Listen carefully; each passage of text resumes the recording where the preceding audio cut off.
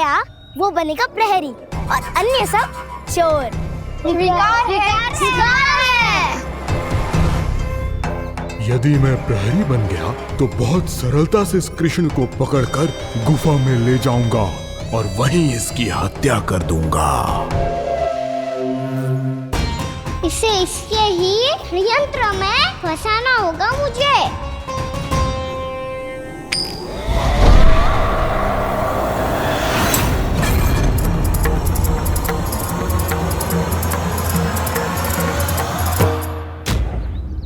मैं प्रहरी, तुम सब चोर। कोई बात नहीं कृष्ण, अब इस उज्जवल की तरह पहले तुम्हारे सारे सखाओं को फंसाऊंगा मैं और फिर ले जाऊंगा तुम्हें।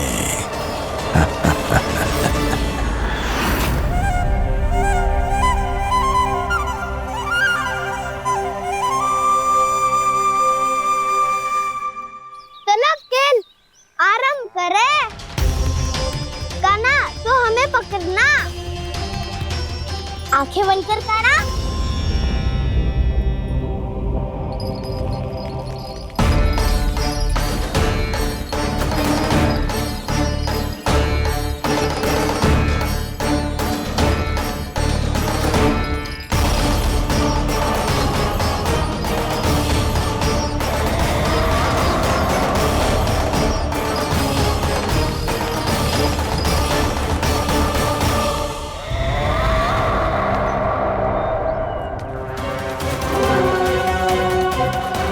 अकेला रह गया ये, अब फंस गया ये। सुबल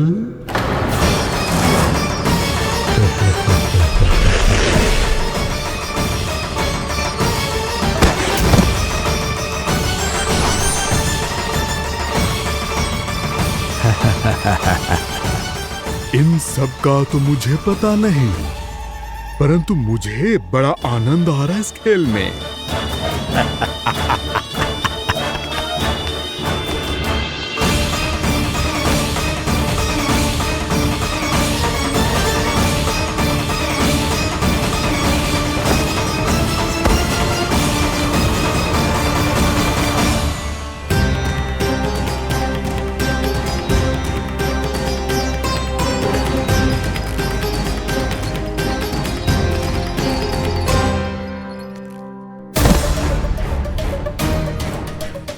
बसंता,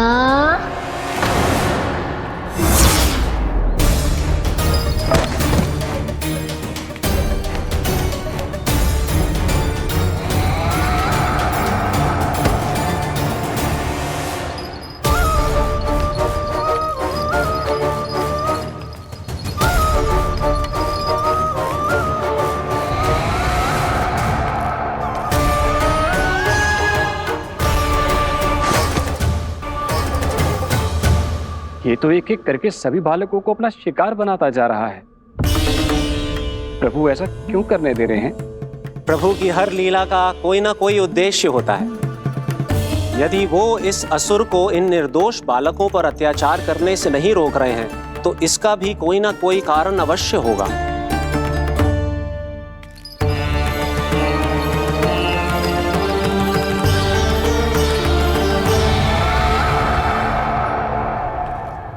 श्री दामा,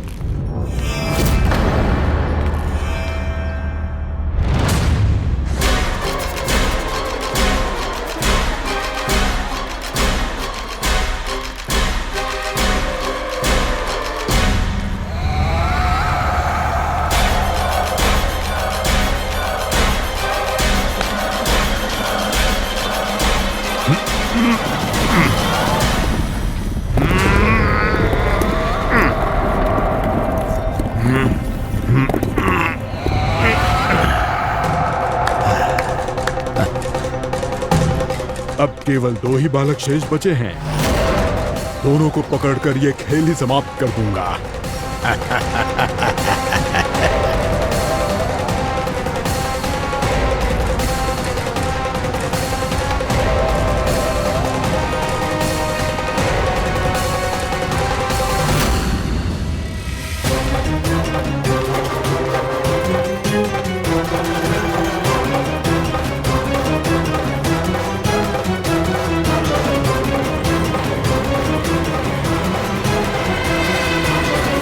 ये तो छलिया है, मायावी छलिया। मेरे सभी सखाओं को शिकार बना लिया इसने। मैं इसे नहीं छोड़ूंगा। कान्हा, कान्हा,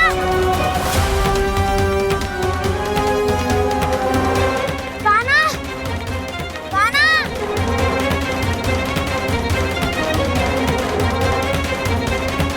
कान्हा, दाऊ,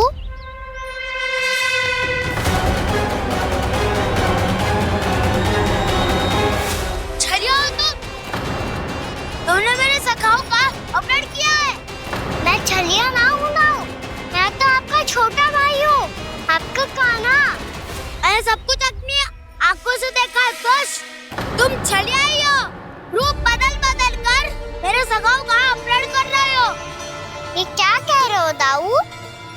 आप ही मुझे नहीं पहचानोगे तो कौन पहचानेगा? कान्हा, ये नहीं, मैं हूँ वास्तविक बलराम, तुम्हारा दाऊ।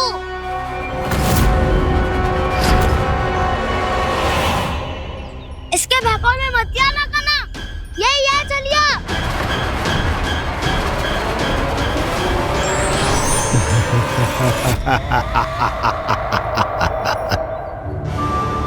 बुद्धिमान बालक, केवल तुमने ही पहली बार में माना है कि मैं ही वास्तविक छलिया हूँ। पर हम तुमसे भयभीत नहीं है दस। इसी क्षण हमारे सखाओं को मुक्त कर दो। अच्छा, यदि इतना ही क्रोध आ रहा है तो जाओ, छुड़ा लो अपने सखाओं को।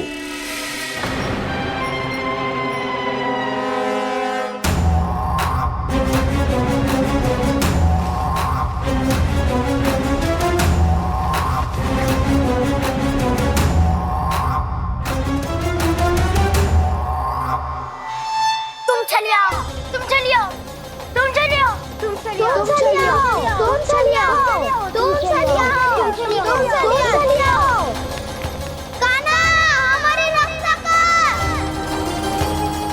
कान्हा, रक्षा करो हमारी। बलराम, हमें बचाओ। कान्हा, हमारी रक्षा करो हमारी। या मैं हूँ ऐसा? किसी का बाल भी पाका नहीं कर पाओगे तुम। बालक, पर मैंने तो पहले ही तुम्हारे सखाओं को उस कंदरा में पहुंचा दिया है। बेचारे इस समय घबरा के रो रहे होंगे, सहायता की भिक्षा मांग रहे होंगे। जानते हो तुम उन सबका अपहरण क्यों कर पाए? क्योंकि मैंने तुम्हें कर नहीं दिया, ताकि मुझे तुम्हारा सामना करने के लिए एकांत मिल सके। अच्छा। आओ, जाके सखाओं को बचाओ। इस दुष्ट के लिए मैं पर्याप्त हूँ।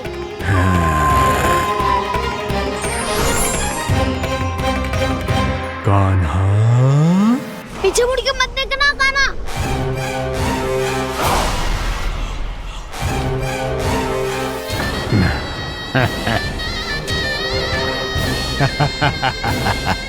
अपने सखाओं की तरह अब तुम भी फंस गए कृष्ण। अच्छी कलाकारी कर लेते हो रावणासुर। किससे सिखाया ऐसा स्वांग करना? स्वांग नहीं, माया है ये विद्या मैंने अपने पिताश्री से सीखी है। माया के महान आचार्य मायासुर। तो तुम मायासुर के पुत्र हो, पर जिसके सामने ना माया जाल बुनने का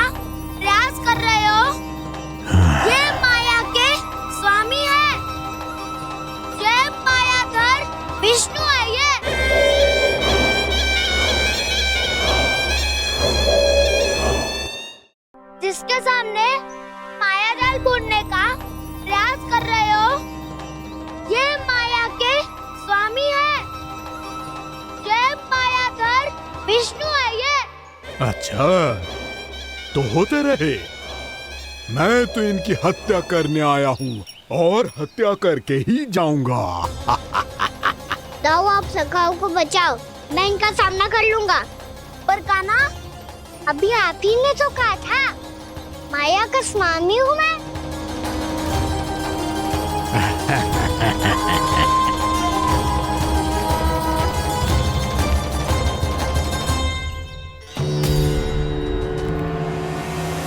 ये तो मथुरा का व्यापारी है। इसको अर्थ वो जो था वो सच में छलिया हो तो कहीं वो नंदन तो ना पहुंच गो। हमें शीघ्र ही गांव जाना पड़ेगा और सबको सावधान करना पड़ेगा। चल।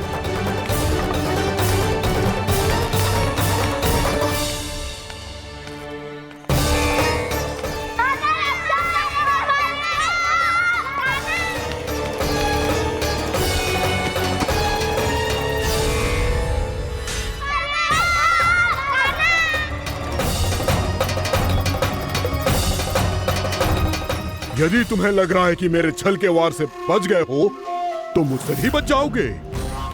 ये तुम्हारी सबसे बड़ी भूल है कृष्ण। मेरे पास बहुत सारे मायावी अस्त्र हैं, जो क्षण भर में ही तुम्हें विष्णु लोक पहुंचा देंगे। तो फिर प्रतीक्षा क्यों कर रहे हो? बालक, मैं परिहास नहीं कर रहा हूँ। मुझे पता है, तभी तो कह रहा हूँ शीघ्र दिखाओ ना। मुझे तुम्हारे सारे मायावी अस्त्र देखने हैं। कैसे बालक हो तुम? मैं यहाँ खेल दिखाने नहीं आया हूँ। तो समय व्यर्थ क्यों कर रहे हो ब्रह्मासुर? जो करने आए हो वो ही करो ना। अब देखो कैसे तुम्हारे प्राण एक ही वार में इस देह का साथ छोड़कर उड़ जाएंगे। मेरी मायावी अग्नि तुम्हारे भोले भाले से इस मुख को जलाकर भस्म कर देगी।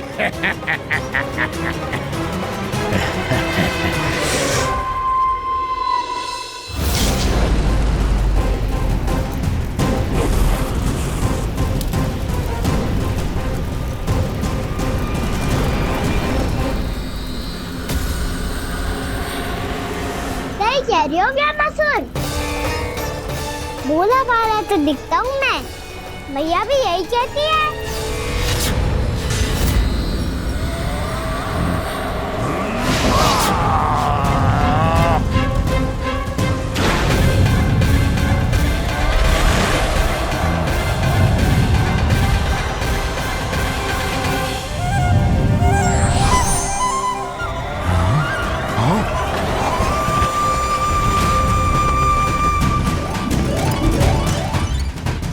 आसन को उपहार देने के लिए बहुत बहुत धन्यवाद ब्रह्मासुर।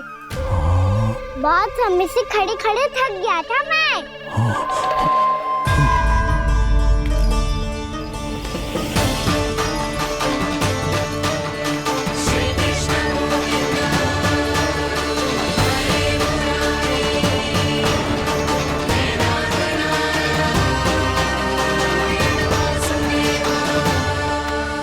अगला अस्त्र दिखाओ ना।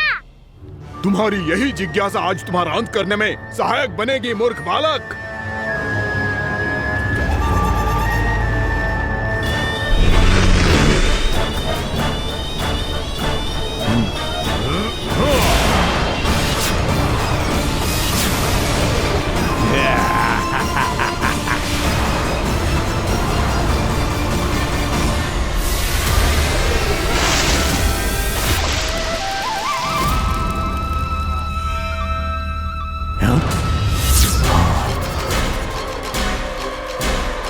अच्छा, पर प्रक्षालन करना चाहती थे तो पहले क्यों नहीं बताया?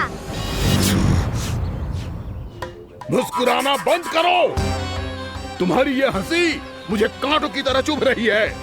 पर मैया तो कहती है कि मेरी मुस्कुराहट फूलों की तरह है।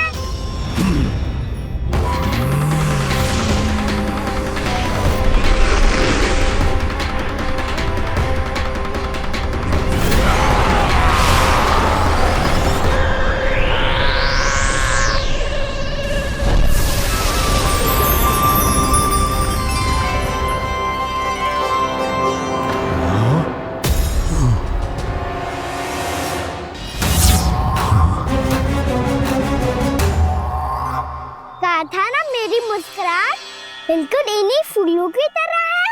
और तुम कर क्या रहे हो सर? कभी आसन दे रहे हो, कभी पद प्रक्षालन कर रहे हो और अब फूल भी चढ़ा दिया है। तुम मुझ पे वार करने आए हो कि पूजा करने? तुम्हारी पूजा तो मैं अब ऐसी करूंगा कि तुम मृत्यु के बाद भी मुझे भूल नहीं पाओगे बालक।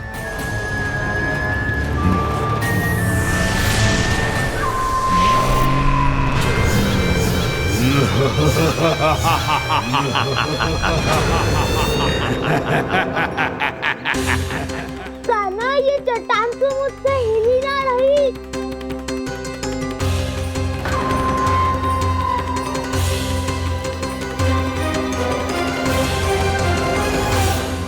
अभी कंदरा के अंदर कुछ क्षणों में ही प्राण वायु समाप्त हो जाएंगे।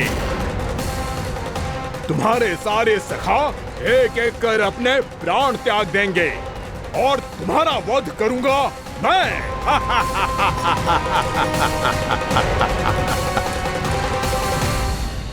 अरे सब जन बच के रहना। छलिया आया हुआ है वृंदावन में। अरे छलिया आ गया है। वृंदावन में मायावी छलिया। अरे क्या हुआ? कौन छलिया? मायावी छलिया, सबको छलता है वो। हाँ, कुछ भी कर सके है वो। बहुत भयानक। अरे भानु, ठहर जरा, क्या हुआ? बहुत भयानक है वो, बच के रहना सब लोग। अरे भेष बदल ले तो है वो। हाँ। क्या हुआ? छलिया है वो। अरे मेरी बात तो बताओ। रानी भाभी, रानी भाभी, कान्हा घर पर ही है ना? ऐसे भड़बड़ा क्यों रहे हो? कोई भूत देख लियो है क्या? भूत ना भाभी, छलिया से भेंट हो गई। सच्ची का मायावी छलिया है भाभी। क्या उल्टा सीधा बोले जा रहे हो? ठीक से बताओ। अब बोलो भी। वो कान्हा के पीछे पड़ो है वो। मेरे लल्ला के पीछे? हाँ रानी भाभी, हमारे अचेत होने से पहले हमने उसे ये कहते सुना था कि वो वृंदावन आने वाला है कान्हा से मिलने। हे नारायण, मेरे कान्हा की रक्षा करना। जसोदा जी, मायावी छलिए से बचना बालकों के बस की बात ना है। जीजी, बालक वन में अकेले हैं।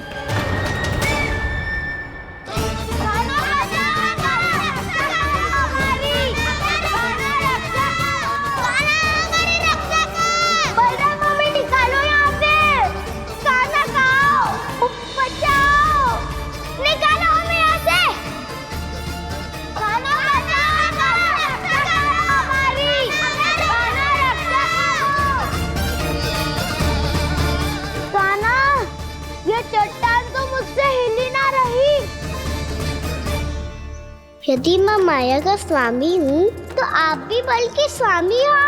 ताऊ, अपनी क्षमता, अपना सामर्थ्य स्मरण करो।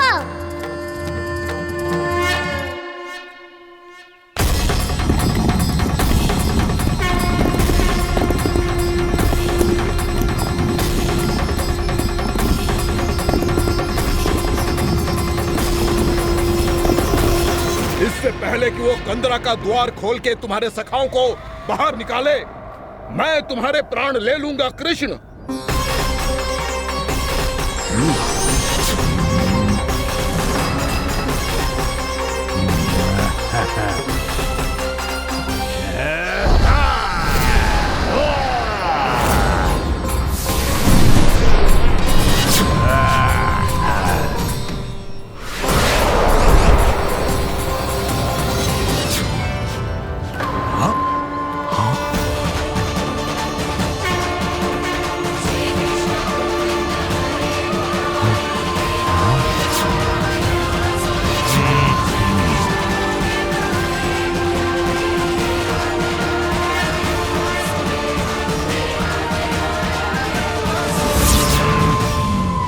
अब कितनी पूजा करोगे ब्रह्मासुर?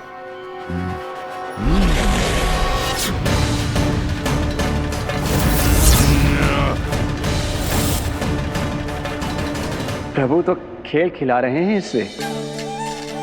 और ये खेले जा रहा है विवश होकर, उनकी माया से बाध्य होकर।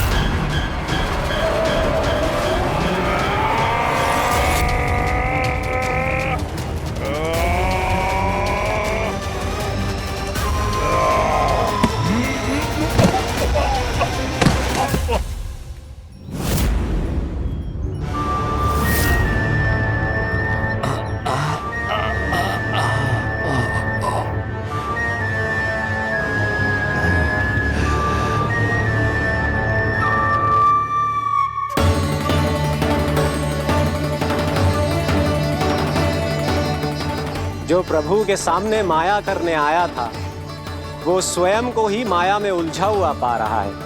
नारायण नारायण। लो, अब तो तुमने दंडवत प्रणाम भी कर लिया, माया भी कथा भी उपहार में दे दी। तुम चाहते क्या हो ब्रह्मासुर? मेरी शरण में आना है क्या?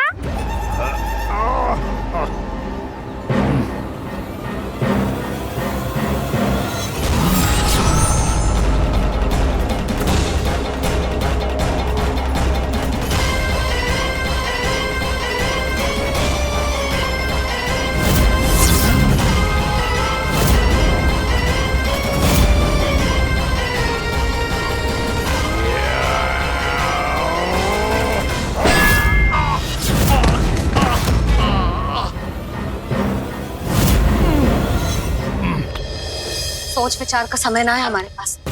अपने बालकों की रक्षा के लिए इसी क्षण हमें निकलना होगा। और वो छलिया किसी का भी रूप धारण कर सकते हैं। सुलक्षणा तेरा, शांति तेरा या मेरा, किसी का भी रूप धारण करके हमें भ्रमित कर सकते हो। इसीलिए हमें सतर्क रहना होगा। समझ आई? चलो।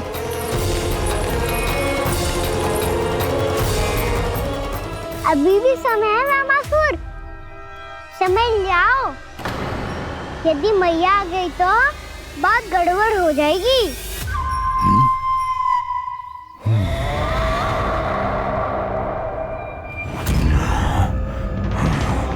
मुझसे दूध का कोई लाभ नहीं होगा। ब्रह्मासुर, स्मरण करो तुम कौन हो? मायासुर का पुत्र हूँ मैं, अपने स्वामी महाराज कंस का सेवक हूँ, और तुम्हारा हूँ मैं काल।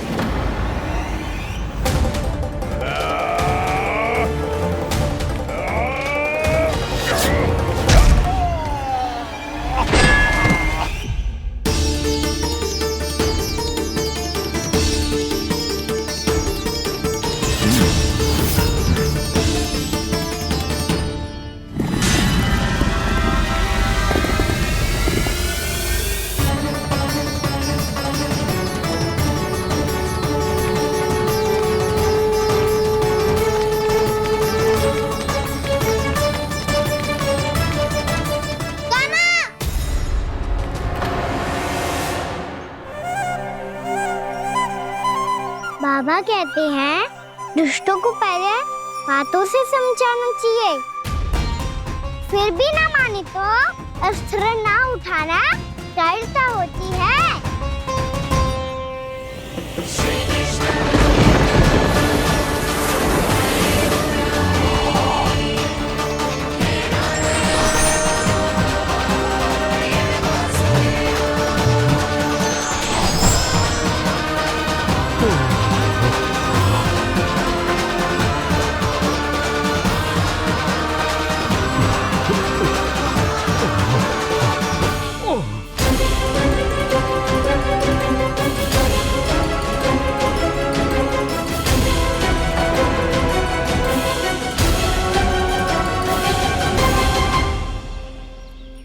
पता था मुझे, अपने बाबा के स्वरूप को हानि नहीं पहुंचाओगे।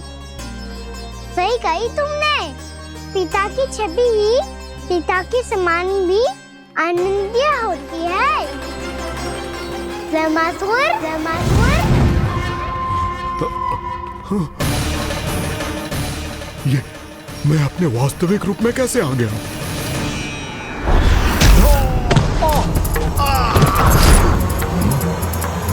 मेरे बाबा का स्वरूप नहीं लेना चाहिए था तुम्हें। मैया ने सिखाया है, भूल को क्षमा किया जा सकता है, पर जानबूझ के किए गए अपराध के लिए दंड ही एकमात्र निकाल होता है। ये बार बार अपनी मैया का नाम ले रहा है। यदि मैं वो स्वरूप लूं तो अपनी मैया पर वार नहीं कर पाएगा ये।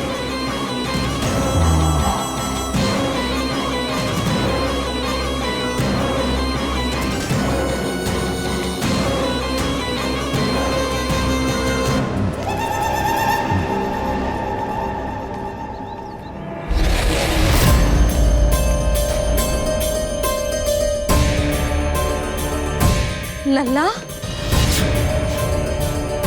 मैं तेरी मैया हूँ, अपनी मैया को मारेगा? बच गया। समझाया था, पर तुमने एक बार फिर से मूर्खता कर ही दी। इस पर तुमने पहले से भी बड़ी और पहले से भी भयंकर भूल किया वैमासुर।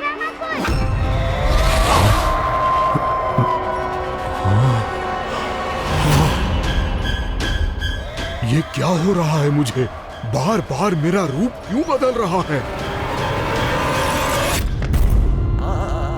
ममता को समझे बिना अधिक समय तक मैया का स्वरूप हरण करके नहीं रख पाओगे वैमासुर।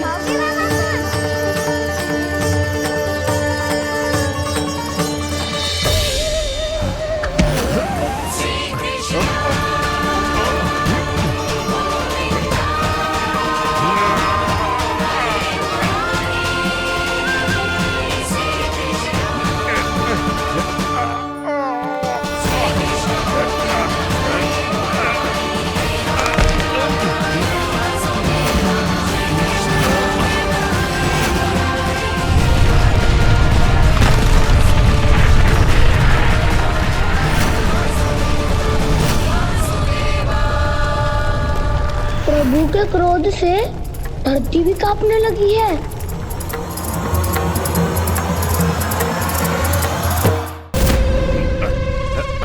पुत्र को मारने के उद्देश्य से एक माँ का रूप लिया तुमने। ये ममता का और मेरी मैया का घोर अपमान है वैमासुर।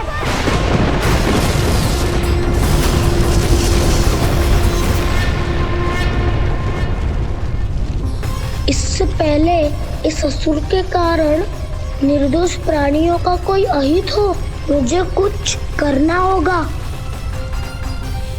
यदि मैं माया का स्वामी हूँ तो आप भी बल के स्वामी हो। दाऊ, अपनी क्षमता, अपना सामर्थ्य स्मरण करो।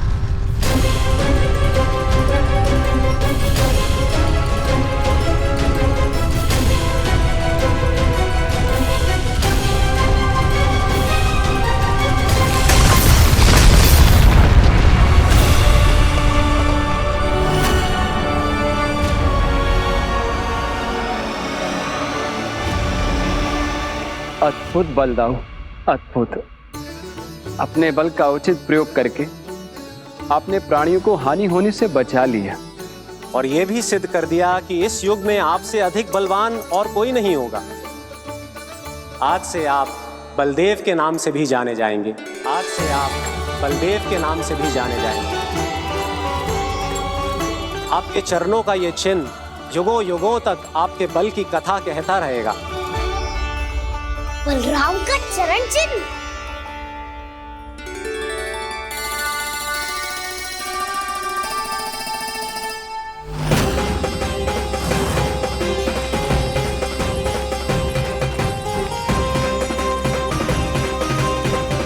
मेरी माया से आज तक कोई नहीं बच पाया है। एक बार मुझे छोड़कर देखो, फिर पता चलेगा कि मैं हूँ कौन। पहले ये तो देख लो कि मैं कौन हूँ।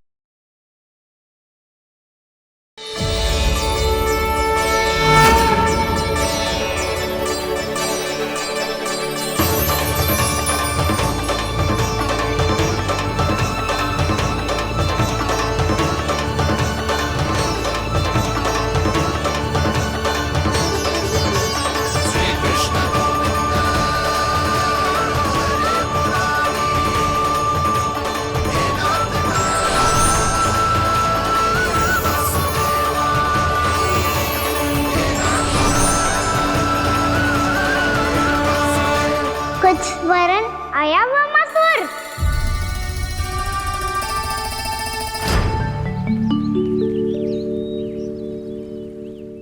बहुत समय पहले की बात है, बहुत बड़े भूमाकर राज करते थे तुम्हें महान राजा भीमम के नाम से जाना जाता था। सब कुछ था तुम्हारे पास, पर शांति नहीं थी। इसीलिए शांति की खोज में अपना संपूर्ण राज अपने पुत्रों को सौंप कर मलय पर्वत की ओर चल दिए। अनेक वर्षों की तपस्या के बाद तुम्हारे तप की कीर्ति चारों ओर फैलने लगी और फिर सच्चे तपस्वी की धूप में तुम्हारी ख्याति से प्रभावित होकर महर्षि उलट तुमसे भेंट करने आए। राजा भीमरथ, आपने ईश्वर की प्राप्ति के लिए सब कुछ छोड़ दिया, पर अपना अभिमान नहीं छोड़ पाए। इसीलिए मेरे आगमन पर सम्मान के साथ खड़ा होना तो दूर, मेरा अभिवादन भी नहीं किया। अभिमान तपस्वी का गुण नहीं होता है राजन, अभिमान राक्षसी गुण है। इसलिए मैं आपको श्राप देता हूँ कि आप अगले जन्म में एक राक्षस के रूप में जन्म लेंगे, एक राक्षस के रूप में जन्म लेंगे। मुझे क्षमा कर दीजिए महर्षि, मैंने जानबूझकर आपका अपमान नहीं किया है। मैं तो यहाँ पर शांति की खोज में आया था। अपने भीतर के संसार में गहरे सोच विचार में डूबा हुआ था मैं। मुझे क्षमा कर दीजिए महर्षि, मुझे क्षमा कर दीजिए। अपनी भूल का आभास प्रायश्चित की ओर पहला पग होता है। मैं अपना श्राप तो वापस नहीं ले सकता, परंतु आपको एक वचन अवश्य दे सकता हूँ। जब भी प्रभु नारायण का अवतार होगा, आपको उचित समय पे वो वरदान देंगे जिसकी आप लंबे समय से प्रतीक्षा कर रहे हैं।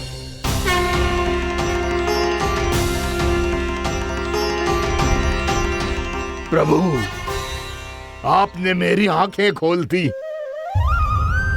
अब मुझे पता चल गया है कि आप कौन हैं और मैं कौन हूँ। इसलिए आप मुझ पर कृपा करके अपने चरणों में स्थान दे दीजिए। मुझे वो शांति प्रदान कीजिए जिसकी खोज में मैं वर्षों से भटक रहा हूँ। शांति तो मोक्ष में ही है, इसीलिए मैं तुम्हें मोक्ष का वरदान देता हूँ।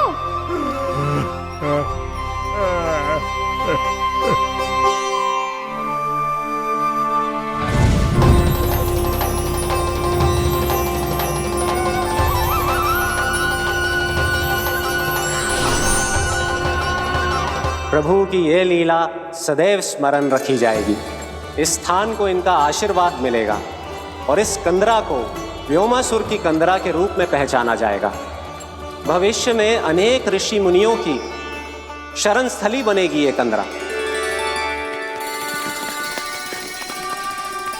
ये कोई साधारण बालक ना है। ऐसा चमत्कार कोई साधारण बालक थोड़ी ना कर सकते है। तुम सत्य कह रहे थे बलराम, गाना सच्ची में भगवान ही है। तभी तो सब देवता इसे बसाने और इसकी ओर से युद्ध करने आते हैं। तुम सब ऐसे आंखें फाड़ के क्यों देख रहे हो मुझे?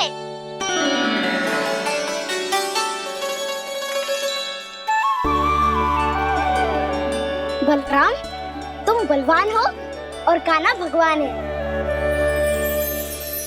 दूर दूर तक कोई दिखाई न दे रहा है। ना जाने किस हाल में होंगे बालक। कहीं हम ही तो मार्ग ना भटक गए शीघ्रता के चक्कर में। अब तो एक पग भी ना चलो जा रहे हो। जल, किसी के पास जल है क्या? कंठ तो मेरा भी सूख रहा है मौसी। भाभी, निकट ही जमुना जी है, कहूँ तो वहाँ से जल ले आओ। मैं भी जा रही हूँ भाभी, एक से भले दो। हाँ चल। शीघ्रता से आओ। हाँ।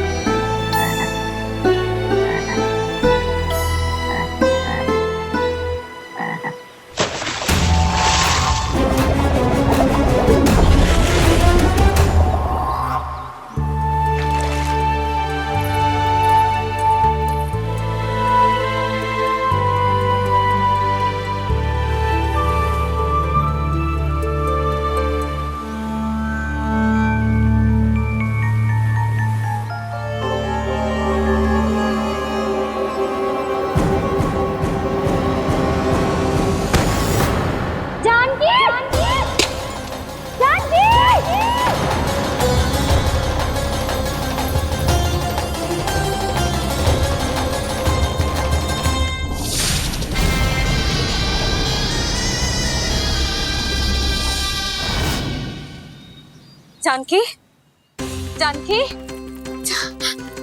क्या होगा इसे?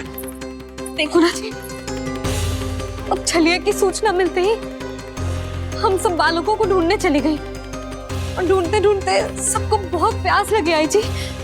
तो जानकी जमुना जी की नदी से जल लेने गई और उसने जमुना जी का पानी पिया और उसकी जेदशा हो गई।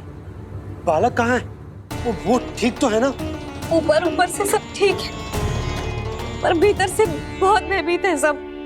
जानकी तो बिल्कुल नीली पड़ गई है। लग तो है विष फैल गया है इसको पूरे तन में। मथुरा के सर्वश्रेष्ठ विदेह जी को बुलाए गए हैं उसके उपचार के लिए। जैसे ही इसने जल को मुंह से लगाया, ये गिर पड़ी। चटपटाने का अवसर भी ना मिलो। हाँ वैद्य जी, और निकटी मृत पशु भी पड़े हुए थे। हाँ, मैंने भी अस्थियां देखी थी। इसका तो यही अर्थ हो सकता है कि समस्या वहाँ के जल में ही हो। वैद्य जी, आप रोगी की नाड़ी पे ध्यान दो ना। जे गोपिया क्या कह रही है उसे सुनने की आवश्यकता ना है। जब तक विष के कारण का पता नहीं चल जाता, हम उपचार कैसे कर सकते हैं रानी जी? जी, वो निकट ही यमुना जी में एक विशेष क्षेत्र है। ये सब उसी के जल की बात कर रहे हैं। तब तो ऐसा भी हो सकता है कि किसी विषैले सर्प के काटने का प्रभाव हो। पर सर्प के काटने का चिन्ह ना है उसके तन पे। सर्प जब काटता है तब उसके दांत के चिन्ह बन जाते हैं। मुझे पता है, बड़े बड़े सर्प को काटते हुए देखो है मैंने। एक दिन अब बात कर उज्जवल, ये बड़ी बड़ी हाँकने का समय ना है। पर यदि सर्प ने ना काटा है, फिर जानकी की ये दशा किसने की? अवश्य किसी राक्षस ने की होगी। नाना, कोई विषैला पशु भी तो हो सकता है। यह अवश्य किसी महाविषैले सर्प के विष से हुआ है। सर्प ने भले ना काटा हो, लेकिन यह अवश्य ही किसी महाविषैले सर्प के विष के कारण हुआ है। कालिया नाग। कालिया नाग?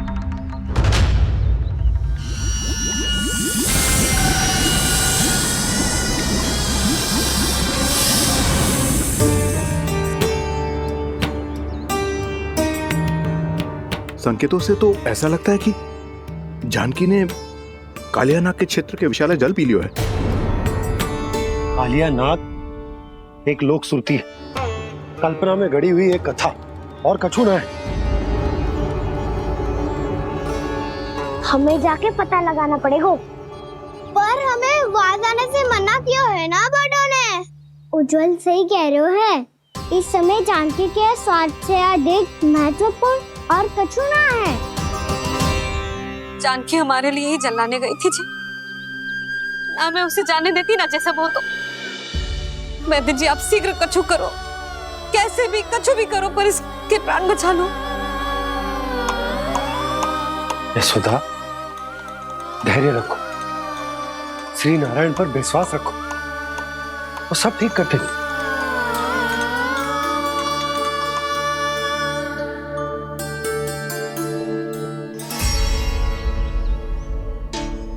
विष की काट की मेरे पास जितनी जड़ी बूटी थी मैंने सब अर्क बना के पिला दी, पर इसकी दशा में अभी तक कोई सुधार नहीं दिख रहा है। ये अंतिम जड़ी बूटी है, अगर इससे भी चमत्कार नहीं हुआ तो फिर जो नारायण की इच्छा।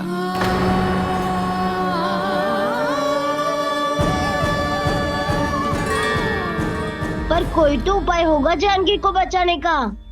कान्हा, यदि तुझे किसी औषधि के बारे में पता है हमें बता दे, हम जाके ले आएंगे।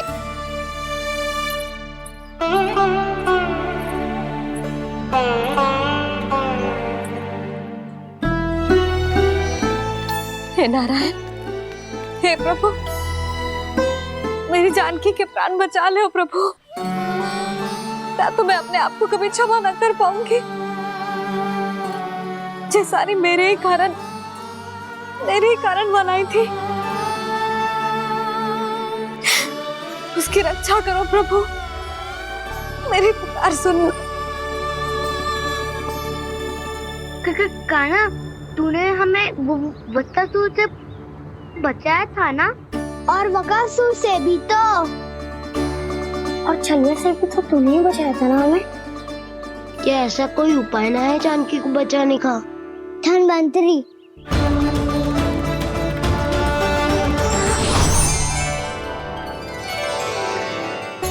मैं आ गया हूं प्रभु, चिंता मत कीजिए, आपके आदेश का पालन अवश्य होगा। यशोदा मैया,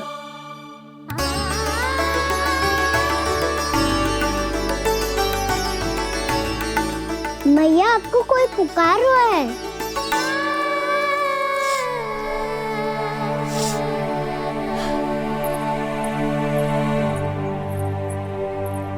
चिंता मत करो मैया, अब धन्वंतरी जी आ गए हैं, वो सब संभाल लेंगे। धन्वंतरी जी कौन है? जिन्होंने संसार का आयुर्वेद दिया, आरोग्य के देवता, वे श्री नारायण के अवतार।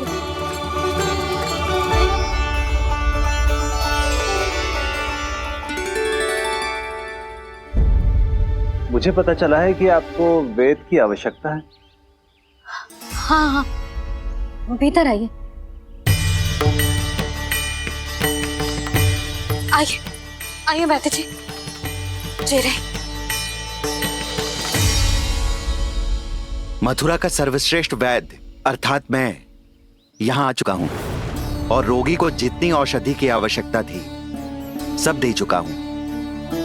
निश्चित रूप से आपने विष की काट के लिए बहुत ही उत्तम अर्क तैयार किया है, इसीलिए किसी और वैद्य की आवश्यकता नहीं है। किंतु आप अकेले कितना कुछ करेंगे वैद्यराज, मुझे अपना सहायक ही बना लीजिए। पर जो करना था मैं पहले ही कर चुका हूं। हाँ, वो तो आप कर चुके हैं, बस रोगी के तन से विष निकालना शेष है ना वैद्यराज? हाँ हाँ, बस वही शेष है। इनके रक्त को विष रहित करने में मैं आपकी सहायता करूंगा। पहले ये संजीवनी मानी जाने वाली इन लाल फूलों की बूटी को भी घिसना है ना?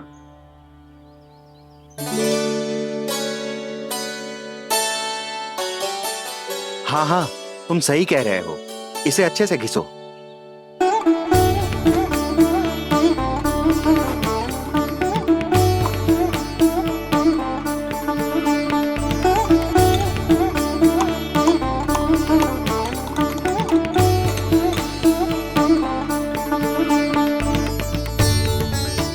और ये नीले फूलों को भी तो मिलाना है ना? हाँ हाँ, अच्छे सहायक बन सकते हो तुम, ऐसे ही श्रम करते रहो।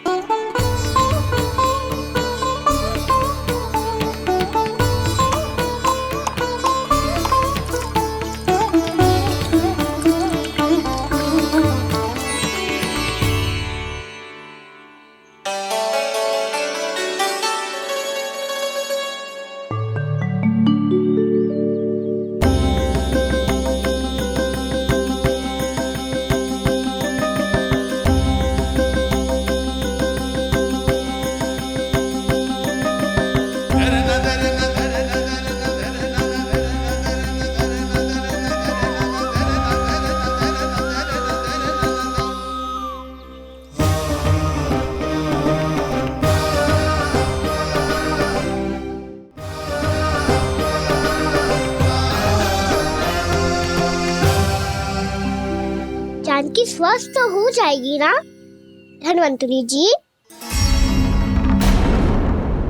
धन्वंतरी?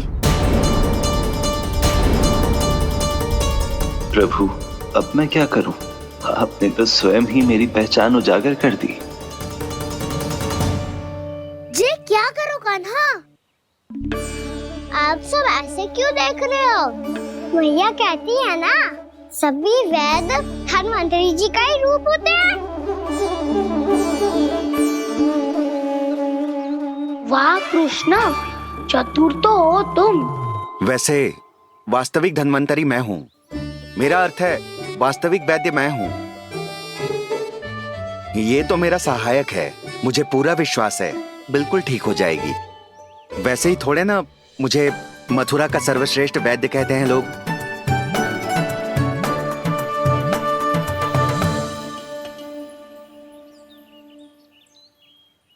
जसोदा भाभी, जसोदा जी, जानकी को चेतना आ गई।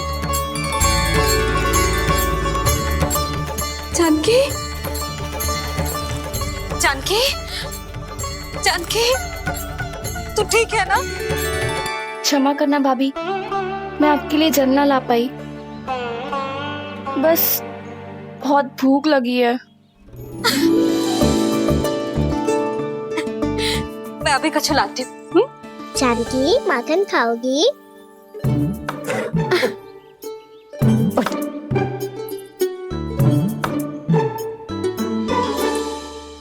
आजा, तू ही खिला दे लल्ला।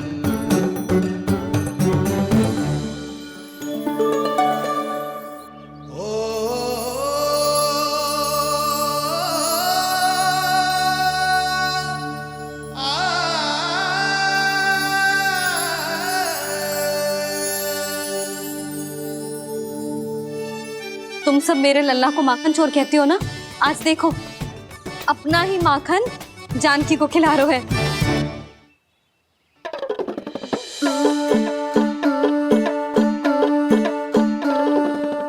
थोड़ा और विश्राम कर लो। सदैव तुम हम सबकी सेवा करती हो, आज मैं तुम्हारी सेवा करूंगा। जानकी की जिद दशा तब हुई जब जय यशोदा काकी की सेवा कर रही थी, और अब देखो स्वयं भगवान ही इसकी सेवा कर रहे हैं। जानते हो इससे क्या सिद्ध होता है? जो भी यशोदा मैया की पूजा करेगा, अर्थात अपने माता पिता की सेवा करेगा, उनके साथ सम्मान से व्यवहार करेगा, ईश्वर स्वयं उसका ध्यान रखेंगे। कभी धन्वंतरी के रूप में तो कभी स्वयं कान्हा के रूप में। भक्त और भगवान का देखो कैसा ये अनुराग, स्वयं करे सेवा प्रभु, अद्भुत गोपी का भाग्य। प्रभु इन सब पृथ्वीवासियों से कितना घुल मिल गए हैं। ना तो ये प्रभु को भगवान मानते हैं और ना ही प्रभु अपने आप को इनसे सर्वश्रेष्ठ समझते हैं। अपने आचरण से ये सिद्ध कर रहे हैं कि ये सभी में हैं और सभी इनका ही अंश है।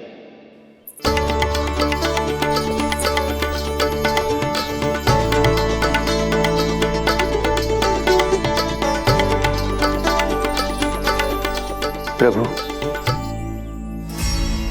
अब मुझे जाने की आज्ञा दीजिए।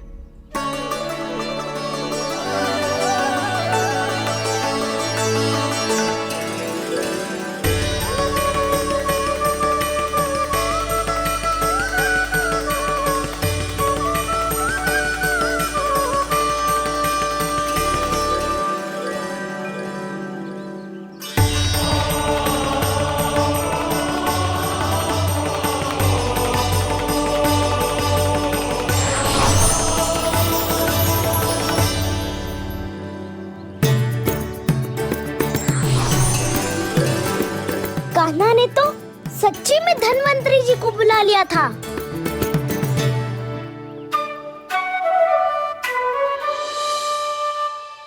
जब से कान्हा का जन्म हुआ है ना, मैं तब से देख रही हूँ, तब से हम पे कोई भी संकट आती है ना, तो अचानक से कोई अपरिचित हमारी सहायता करने आ जाता है, और जाते समय कान्हा की आज्ञा लेके जाते है, और कभी कभी तो इसे प्रभु बोल के जाते है। बाबा संभालो।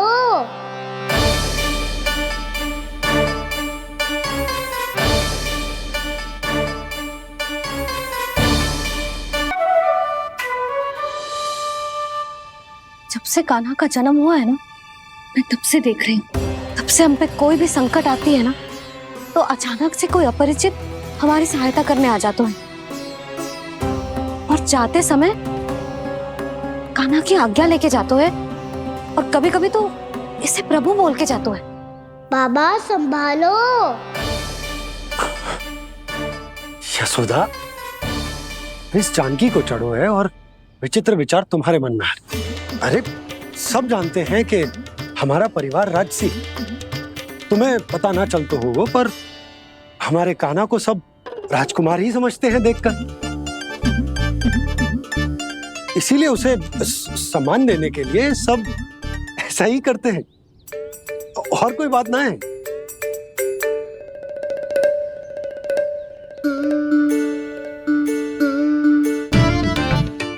अब जे मेरे लल्ला को ऐसे क्यों घूर रहे हैं? बुरी दृष्टि लगाएंगे क्या?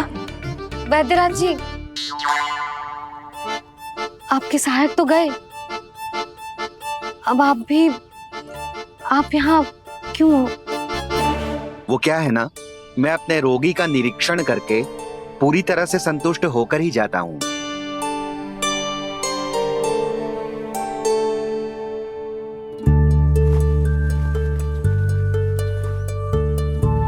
हाँ, संकेत तो अच्छे हैं, कल सुबह तक बिल्कुल ठीक हो जाएगी। धन्यवाद वैद्य जी।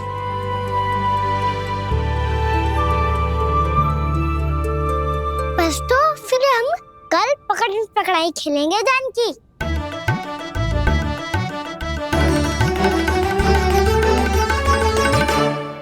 भानु, बंसी, जाकर उस क्षेत्र के चारों ओर बाड़ बनवा दो और वहां सूचना पट्ट भी लगा देना, ताकि जानकी के साथ जो हुआ है वो किसी और के साथ ना हो। शीघ्र जाओ। जी ठीक है।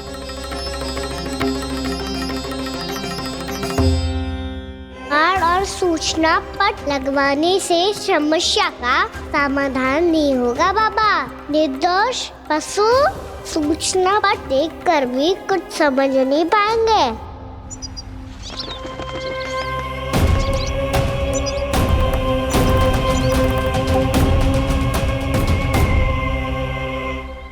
तो तुम्हारे कहने का अर्थ यह है कि व्योमासुर मारा जा चुका है और वो बालक अब भी जीवित है।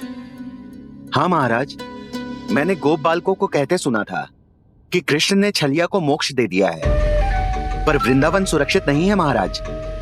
वो एक बहुत बड़ी समस्या से जूझ रहे हैं। कैसी समस्या? गांव के निकट क्षेत्र में किसी विषैले सर्प का निवास है। उसके विष का प्रभाव इतना भयानक है महाराज, जैसे विष ना हो, स्वयं हलाहल हो। मेरी कोई भी औषधि रोगी का उपचार नहीं कर पा रही थी। निकट के क्षेत्र में कहाँ है वो सर्प? गोप मानते हैं कि वो सर्प गांव के निकट यमुना नदी के जल में रहता है। मुझे तो लगता है महाराज, ये कालिया नाग की कथा कोई किंवदंती या लोक श्रुति नहीं, एक सच्चाई है, एक विषैली सच्चाई।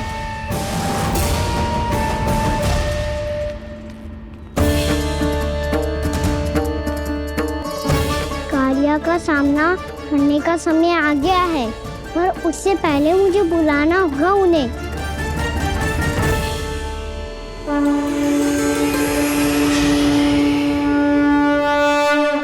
संसार के दारुण भय का नाश करने वाले, सभी कष्टों का हरण करने वाले, विश्व का समस्त ऐश्वर्य प्रदान करने वाले, कमल जैसे लोचन, मुख और चरणों वाले आजानुभुज श्री राम को मैं बार बार नमस्कार करता हूँ।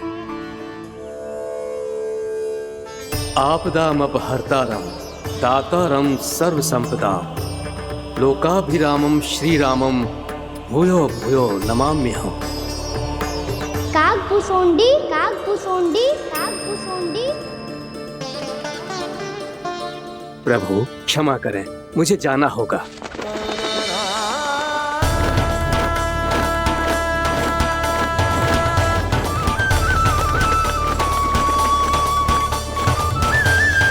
प्रणाम प्रभु।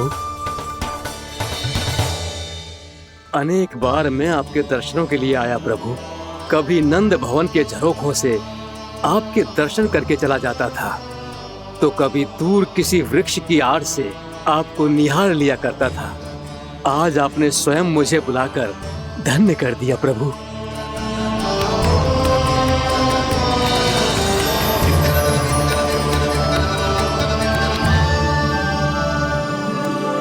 मैंने आपको यहाँ एक विशेष कारण से बुलाया है।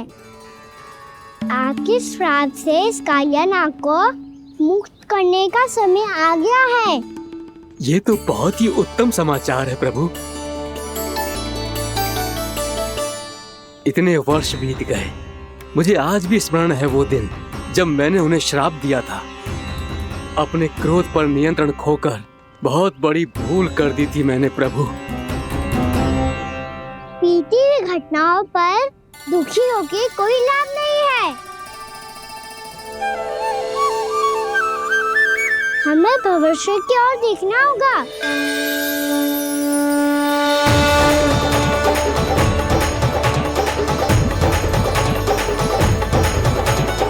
आदेश कीजिए प्रभु, क्या आज्ञा है आपकी? जब मैं कालियानाग का सामना करने जाऊं, तो आप यही रहेगा। आपको अपने आप पता चल जाएगा कि कब क्या करना है। और हाँ, लौटते जाते समय नारद मुनि से कहेगा, वो आकर मुझसे भेंट करे। अवश्य प्रभु, प्रणाम।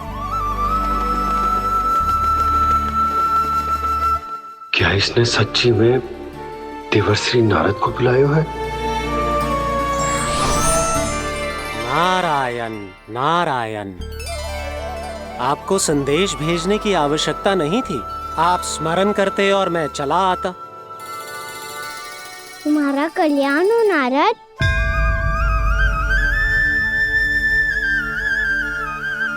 मैंने तुम्हें एक विशेष कार्य के लिए बुलाया है। आज्ञा दीजिए प्रभु। तुम्हें एक बार फिर कंस से भेंट करनी होगी। विचार कीजिए महाराज। क्या आप बिना किसी शंका के कह सकते हैं कि कौन सी पंखुड़ी पहली है और कौन सी आठवीं? उस दुष्ट से भेंट करना स्वयं कीचड़ में उतरने के समान है प्रभु। कमल पुष्प प्राप्त करना हो तो कीचड़ में उतरना पड़ता है नारद। आपका आदेश तो मैं स्वप्न में भी नहीं टाल सकता प्रभु। कंस कालियानाग के बारे में जान गया है, पर वो उसका सामना करने का साहस नहीं कर पाएगा। मैं आतुर हूँ प्राप्ति, मूर्ख नहीं। मेरी बुद्धि फिर नहीं गई है। मैं स्वयं उस कालिया जैसे महाविषैले सर्प के सामने खड़ा हो जाऊं और अपने ही काल को आमंत्रित कर लूं। तो फिर अपने लाभ के लिए उसका प्रयोग करने का कोई और उपाय सोचिए स्वामी।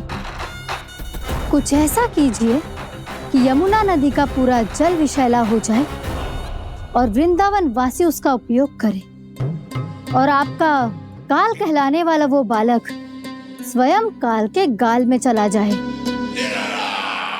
उत्तम उत्तम सुझाव है प्राप्ति। अब मुझे उस कालिया तक पहुंचने का मार्ग ढूंढना होगा। उसको विवश करने का कोई उपाय ढूंढना होगा, क्योंकि व्यक्तिगत रूप से उससे भेंट करना असंभव है। असंभव। आप सही कह रहे हैं प्रभु। कंस में उतना सामर्थ्य नहीं कि वो कालिया नाग का सामना स्वयं कर सके। वैसे तो कालिया गरुड़ देव का भी सम्मान नहीं करता, तो फिर वो कंस का सम्मान क्यों करेगा भला? नहीं करेगा, पर कंस तुम्हारा सम्मान अवश्य करेगा। नारद तुम्हारी बातें भी सुनेगा और मानेगा भी। ये मेरी योजना का बहुत ही महत्वपूर्ण भाग है। तुम कंस के पास जाओ और कहो कि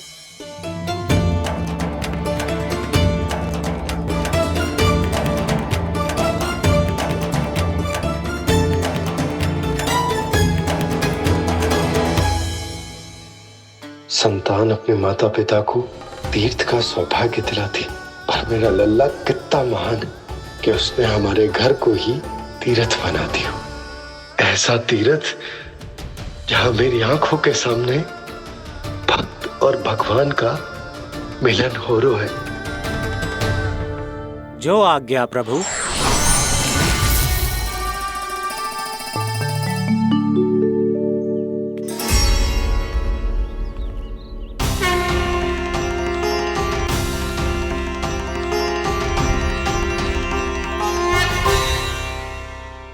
बाबा। कान्हा, ये सब क्या चल रहा है? पहले काग भुसुंडी जी और फिर जे नारद जी। क्या योजना बना रहे हो तुम? कान्हा, बता ना लल्ला, क्या सोच रहे तू? कान्हा देख, अगर तुझे अपने बाबा को ना बताना हो ना, अपने भक्त को बता दे। क्या सोच रहे हो लल्ला? क्या करने वाले हो आप?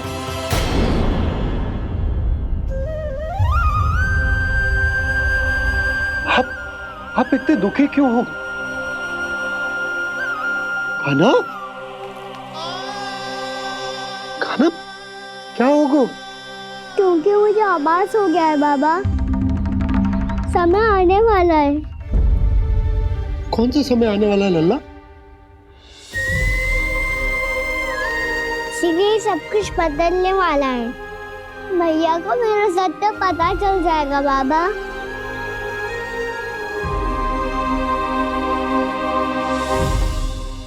पर लल्ला, इसका काग भुसुंडी और कालिया नाग से क्या संबंध है? ऐसा क्या हुआ था और क्या होने वाला है?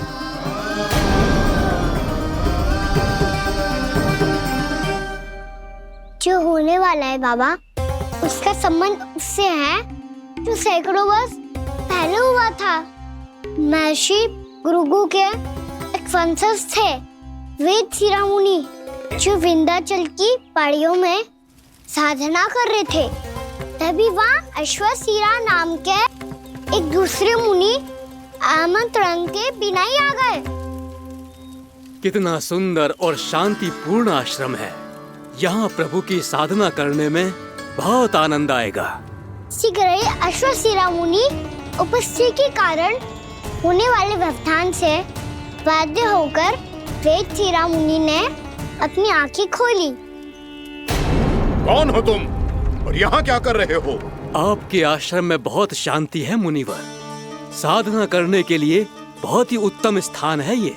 मैं चाहता हूँ कि मैं भी यहाँ। आप यहाँ साधना करना चाहते हैं, लेकिन इतना भी नहीं जानते कि किसी के आश्रम में प्रवेश करने से पहले उसकी आज्ञा लेनी चाहिए।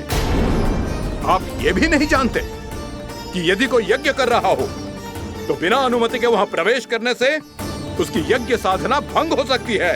आप क्या साधना करेंगे मुनि? आप तो साधना के योग्य ही नहीं हैं। इतना अपमान!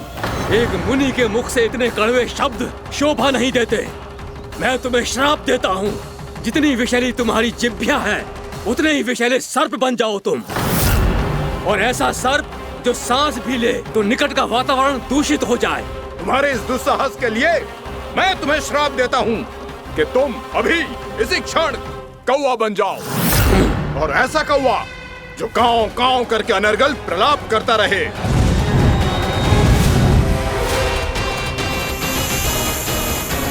ये मैंने क्या किया? ये मैंने क्या किया? क्रोध के कारण दोनों ने एक दूसरे को श्राप दे दिया। पर दोनों ही मेरे भक्त हैं और भगवान होकर मैं अपने भक्तों को इतनी कठिनाई में कैसे देख सकता था। इसीलिए जिस संकट में उन दोनों ने अपने आप को फंसा लिया था, उसका समाधान करने में मैं उनके पास गया।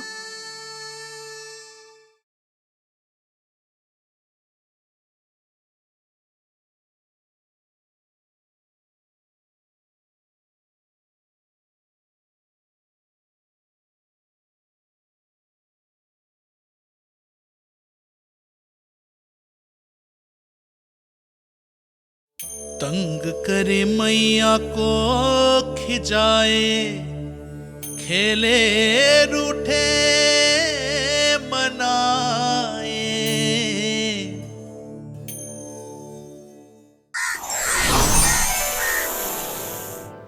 देखिए ना प्रभु, ये क्या हो गया हमसे? हमारी रक्षा कीजिए प्रभु, मार्ग दिखाइए हमें। क्रोध पर नियंत्रण ना होने के कारण आप दोनों ने एक दूसरे को बहुत ही भीषण संकट में डाल दिया है। अब दोनों ही तपस्वी, तप के बल से दिए गए आपके श्राप को लौटाना भी संभव नहीं है। प्रभु कोई तो उपाय होगा, हम आपके शरण में हैं प्रभु। अपराध तो हमसे हुआ है प्रभु, पर अब आपसे ही आशा है। कुछ ऐसा कीजिए भक्त वत्सल, जिससे हम दोनों के श्राप का प्रभाव कुछ कम हो जाए। आप दोनों ही मेरे भक्त हैं, इसलिए आपकी पीड़ा का निवारण करने का एक उपाय है मेरे पास।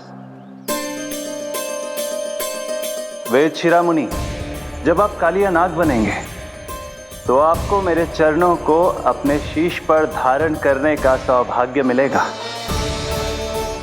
और अश्र शिरामुनि, आप काग योनि होने के बाद भी आप श्रेष्ठतम ज्ञान और सर्वाधिक यौगिक सिद्धियों के स्वामी होंगे और प्रवचन दिया करेंगे।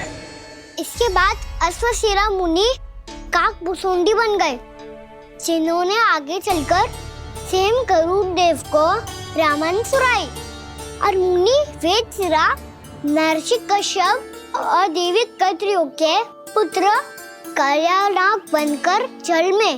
और अब वही कालियानाग जमुना जी में, जिनके कारण जानकी के प्राण लगभग चले ही गए थे।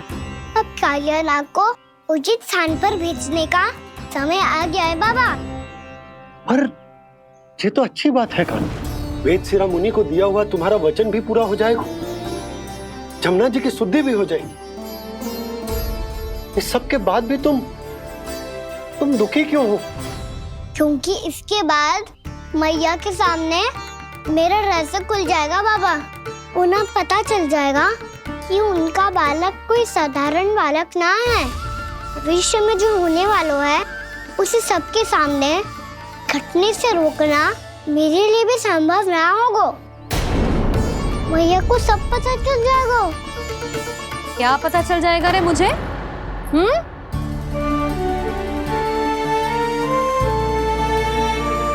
यही कि सबसे अधिक प्रेम मैं आपसे ही करता हूँ। अब बस भी कर, चलो भोजन के लिए बुलाने आई थी तुम दोनों को। भूखा थोड़े ना रहने दूंगी अपने लल्ला को, मेरा लल्ला दुर्बल हो जाएगा ना। आप खिलाओगे तो ही खाऊंगा। हाँ ठीक है, मैं ही खिलाऊंगी। अब चल, आओ जी चल।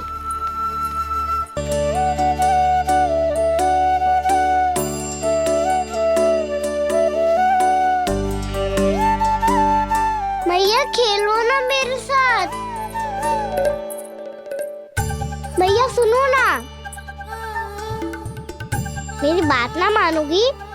अभी बहुत कार्य पड़े लल्ला, देख जानकी को औषधि भी देने जानो है ना। औषधि मैं दे दूंगा, फिर तो खेलोगी ना आप मेरे साथ।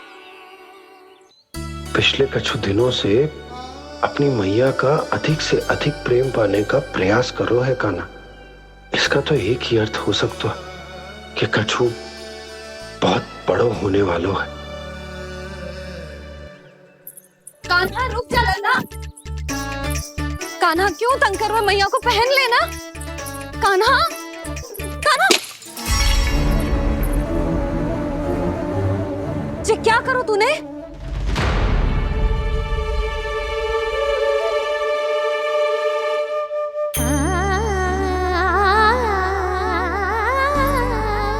अच्छा ठीक है, अब मुंह लटकाने की आवश्यकता ना है।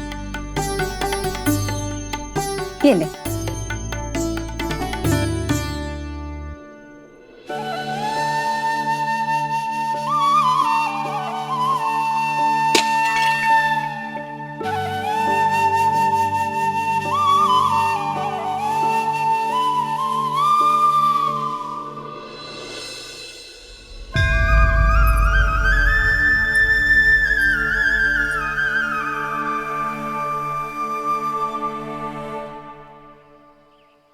तंग करे मैया को खिजाए, खेले रूठे मनाए,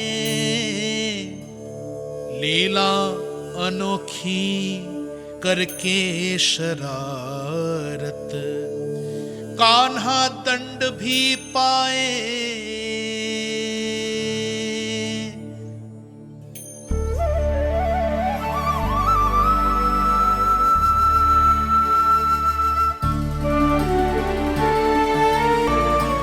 रूठना मनाना, खेलना खिलाना, पहले शरारत करके क्रोध दिलाना और फिर क्षमा मांग लेना, ये सब जानबूझकर कर रहे है कन, जैसे जीवन भर के लिए अपनी मैया की ममता को अपने हृदय में समेट कर रखना चाहते हो।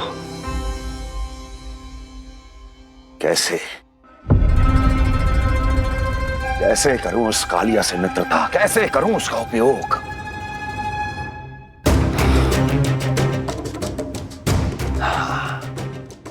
उस पर आक्रमण कर देता हूं और उसे किसी ना किसी तरह से यह विश्वास दिला देता हूं कि यह आक्रमण उस विष्णु अवतार ने किया है। फिर वो क्रोध में आकर सारे वृंदावन वासियों को अपने विष से समाप्त कर देगा। उचित है, ये उचित है। नारायण हरि, नारायण हरि।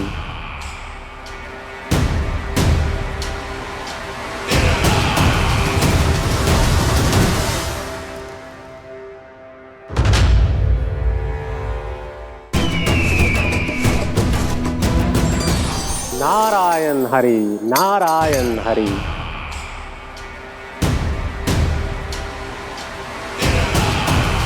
प्रणाम देवर्षि। किस योजना में कितना लाभ है और कितनी हानि, यह आंकलन करते करते थक गए होंगे मथुरा नरेश। देवर्षि, आज मेरा ध्यान कैसे आ गया आपको? आप तो सदैव ही मेरे ध्यान में रहते हैं महाराज कंस। सत्य तो यह है कि मथुरा में जो भी हो रहा है मुझसे छिपा हुआ नहीं है। मैं जानता हूं कि आप किसी भी असुर को वृंदावन क्यों ना भेजें, और वो असुर कितना भी शक्तिशाली क्यों ना हो, कृष्ण का सामना नहीं कर पाता। या तो पराजय स्वीकार करके आपके पास लौट आता है, या तो फिर वीर गति को प्राप्त हो जाता है।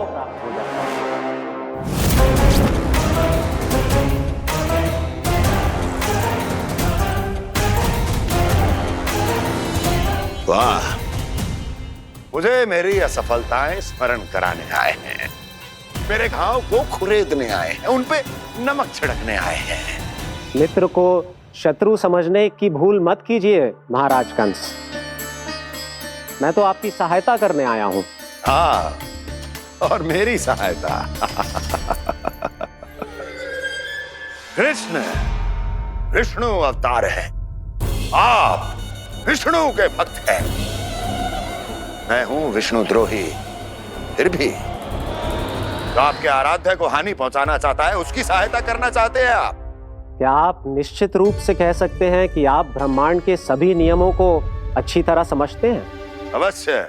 आपके लिए बस इतना ही जानना पर्याप्त होगा कि मैं जो कुछ भी कर रहा हूं उसके लिए मेरे व्यक्तिगत कारण हैं। मैं तो बस आपके हित में पिछली बार की तरह एक सुझाव लेके आया था, पर यदि आप मेरा सुझाव सुनना भी नहीं चाहते तो आपकी इच्छा।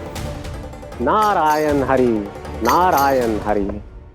कारण चाहे जो हो, इनके पिछले सुझाव के कारण ही आज मेरे शत्रुओं की संख्या कम है, अन्यथा मैं देवकी के अन्य पुत्रों को भी जीवित छोड़ देता, और आज वो सब अपने भाई के साथ मिलकर उसकी शक्ति को अनेक गुना बढ़ा देते हैं। ठहरिए देवऋषि।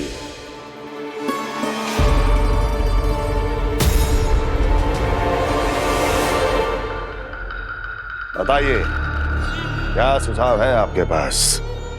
मेरे सुझाव का नाम है कालिया नाग।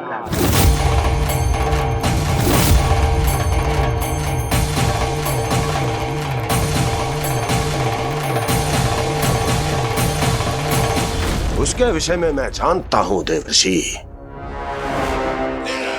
तो समस्या यह है कि मैं स्वयं उससे मिलने नहीं जा सकता, उससे भेंट नहीं कर सकता। उस कृष्ण की हत्या के लिए उसको वृंदावन जाने के लिए तैयार नहीं कर सकता। तो मत जाइए उसके सामने और ना उसे भेजिए कृष्ण के सामने। हर बार आप किसी ना किसी असुर को अपने शत्रु के क्षेत्र में भेजते हैं, जहां शत्रु उसका सामना करने के लिए पूरी तरह से तैयार होता है और आपका असुर मारा जाता है। इस बार शत्रु को युद्ध स्थल चुनने का अवसर मत दीजिए महाराज। इस बार योजना का जाल ऐसे बुनिए कि कृष्ण स्वयं उसके पास जाने के लिए विवश हो जाए। कालिया नाग स्वयं काल है, मृत्यु का दूसरा नाम है। उसके विष का उपयोग अपने लाभ के लिए कीजिए महाराज। वैसे कालिया के विष की अधिकता का अनुमान तो होगा ही आपको।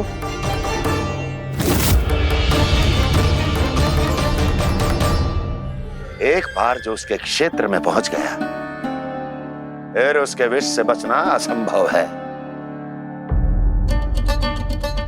उचित सुझाव है देवर्षि, उचित सुझाव है। देवर्षि, उस छलिया विष्णु की भक्ति करते करते आप भी उसके रंग ढंग सीख गए हैं।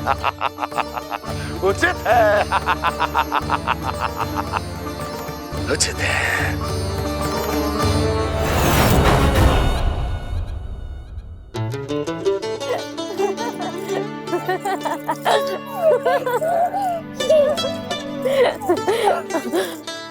बस बस, बहुत आनंद ले लियो लला।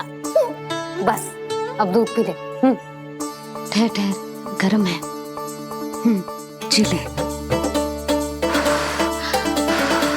पी।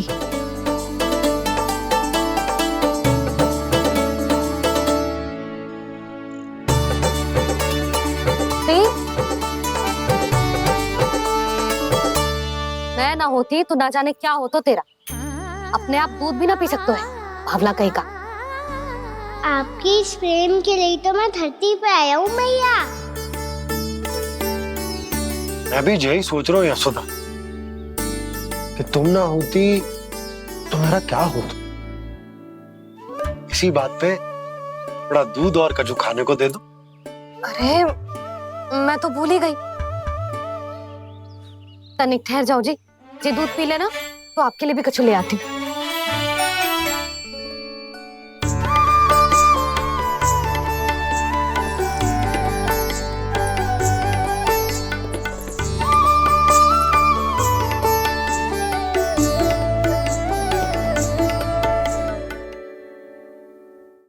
प्रणाम महाराज। आपकी आज्ञा के अनुसार बिल्कुल वैसा ही पत्र तैयार किया है जैसा आप चाहते थे।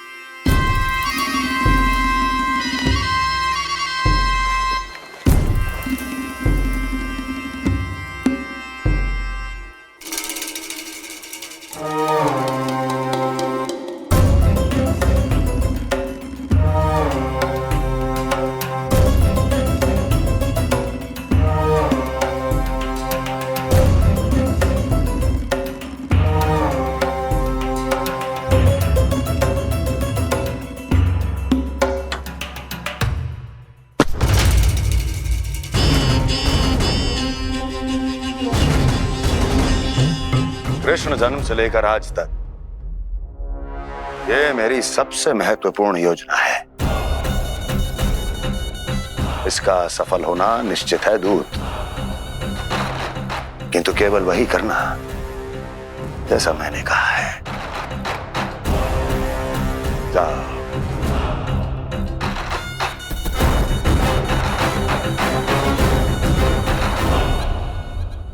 कान्हा